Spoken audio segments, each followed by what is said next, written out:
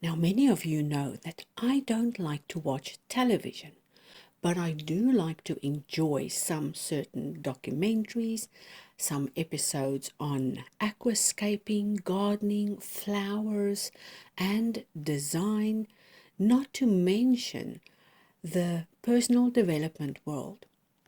Now, what I'm watching today is a backyard transformation done by Serpa Designs. All right, join me here, and I'm going to create a scene here on the background of the hyacinth. First up is a little bit of a sharpening session, and then drawing some. I think these were, yes, they were definitely yellow wattles. And on this side, I'm drawing some eucalyptus blossoms.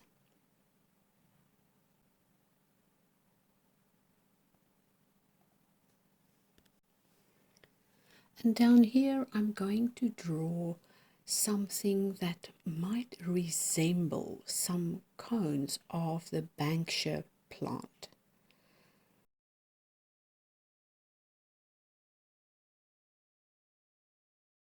Here are little pig faces, or as we call them in South Africa, vygies. They are so pretty and they grow all along the coastal regions, which is exactly where I saw them when I visited Lake's Entrance. On top here, I'm going to draw some of those lovely ginger flowers.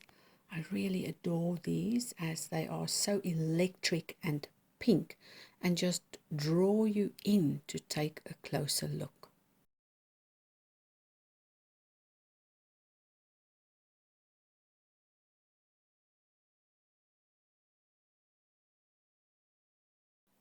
The bird you see here is the noisy miner.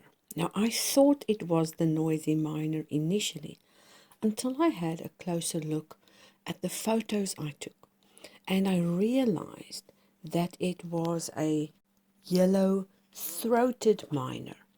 They're basically the same bird, just a adaptation or maybe an additional species in that bird category. And the one I saw was munching on lily pilly bush. Now, I've eaten some lily pillies and they are a soury but very delicious type of fruit. Has a slightly bitter taste when they are not properly ripe, of course, but very edible. And I could understand why this bird just loved eating on this.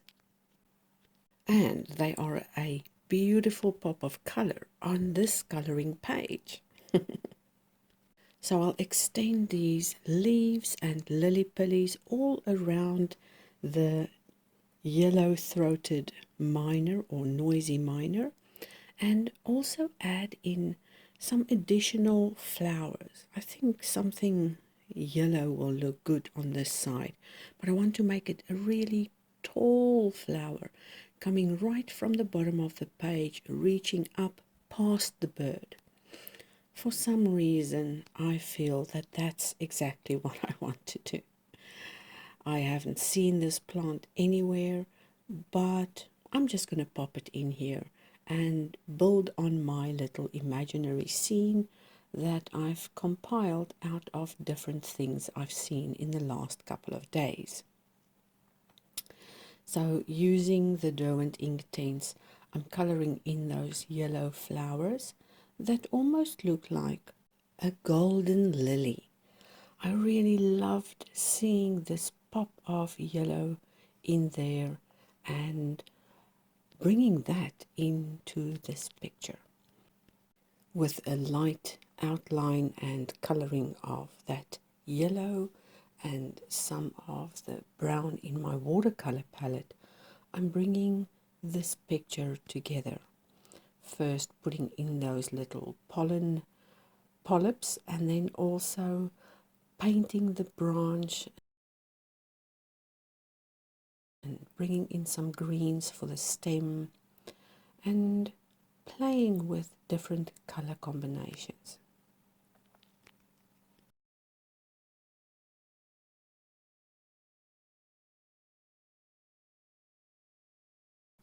I'm adding some pinkish red here for those lily pillies and making sure they have different variations of the color in them, and also showcase a darker shadow inside those cross marks where the fruit started. Next, I'll color in some of these yellow wattles, and first start with a layer of solid yellow and then create some extra little fluff balls in a more intense yellow.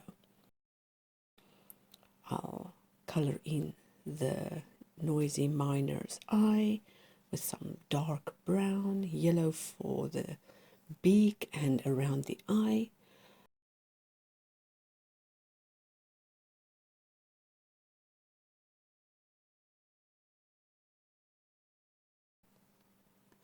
Some lighter washes of color on the bird's wing,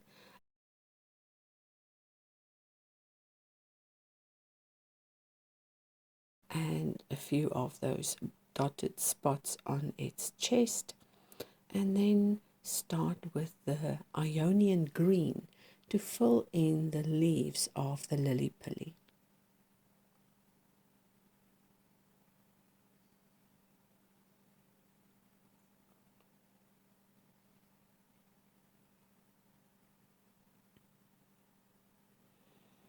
We can also start to use the same color to color in the hyacinth in this little vignette and bring in some of those limey greens just to make those large leaves pop a little bit. I'm using a lighter pink to color in some of these buds and bring it to life in color.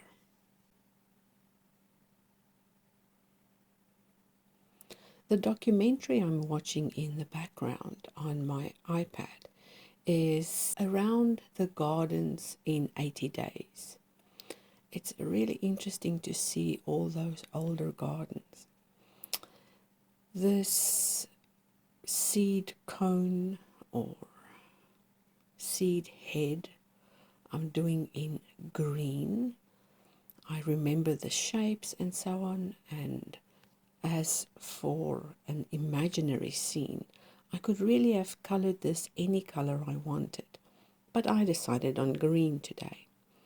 The wattles get some leafy parts, and those I'm just doing freestyle and bringing in some details with a slightly darker color.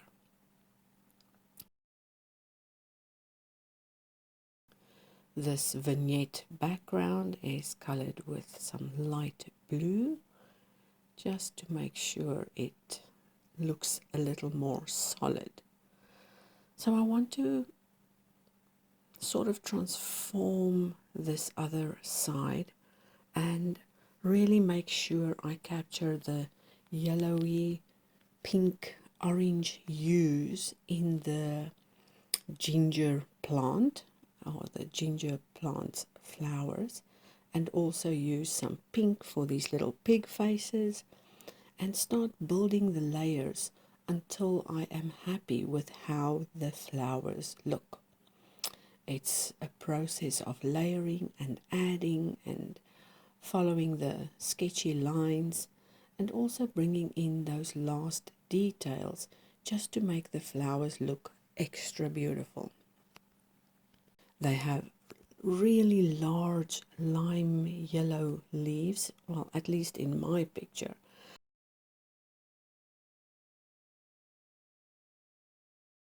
And I'm bringing in some of those details to create character in these leaves so they don't just look like green blobs in the background. So creating those lined marks and then bringing in a darker green on the center and smudging that out with my fingers so we don't have lines showing.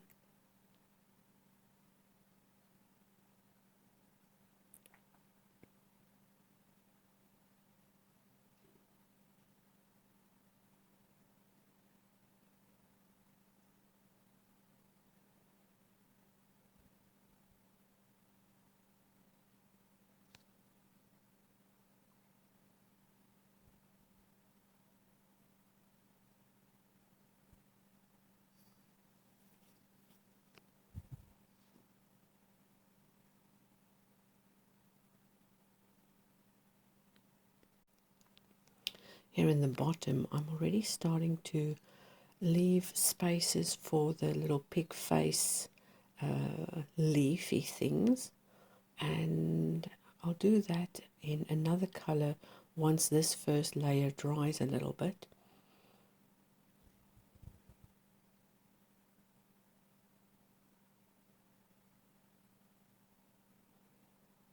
Creating some indentations there through the use of color to show that those leafy petals are separate from one another.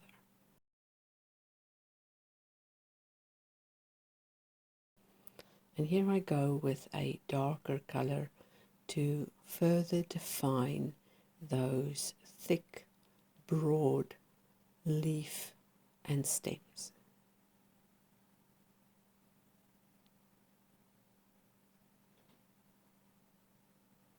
A little bit of dark here and there. And now I'm going to boost this hyacinth with layers of watercolor to help it stand out and bring in some variation. Now, I had a little friend color this in when they visited my house, and they were very delicate and fine with their coloring, but I think this one needs really bright colors. But we'll get to those in a second. I'm finishing off the colors in pink everywhere where I see the need for some brighter pinks, and that also means adding pink to the eucalyptus blossoms, to the ginger flowers, to the pig faces, and then going in with orange, livening up that hyacinth and making sure it also gets a fair amount of pink, not all over, just here and there, so that that can pop and look alive. Some leaves for that eucalyptus, and I'll finish off with some more yellow, a little bit of a background color in those seed pods, finishing off the lily-pilly leaves, and I would say I'm done for today.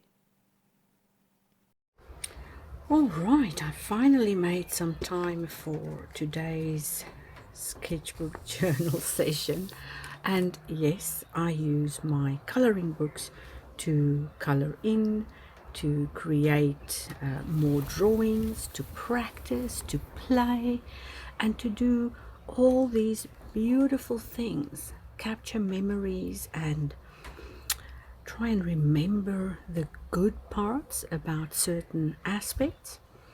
And all I'm going to do now is listen in on a documentary that I've been postponing for too long, and I really want to listen to that before this week ends.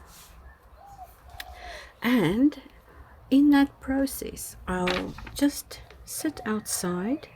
I've made a little bit of time to relax, and I'll record this session and add it on to yesterday's video. All right, here we go.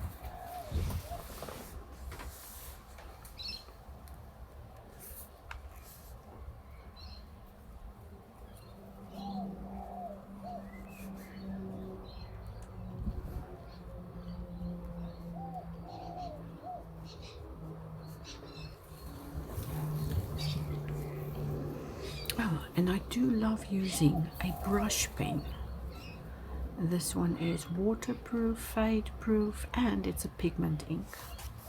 It's really lovely. It gives you different thicknesses and some creative expression that you don't always get with regular liners.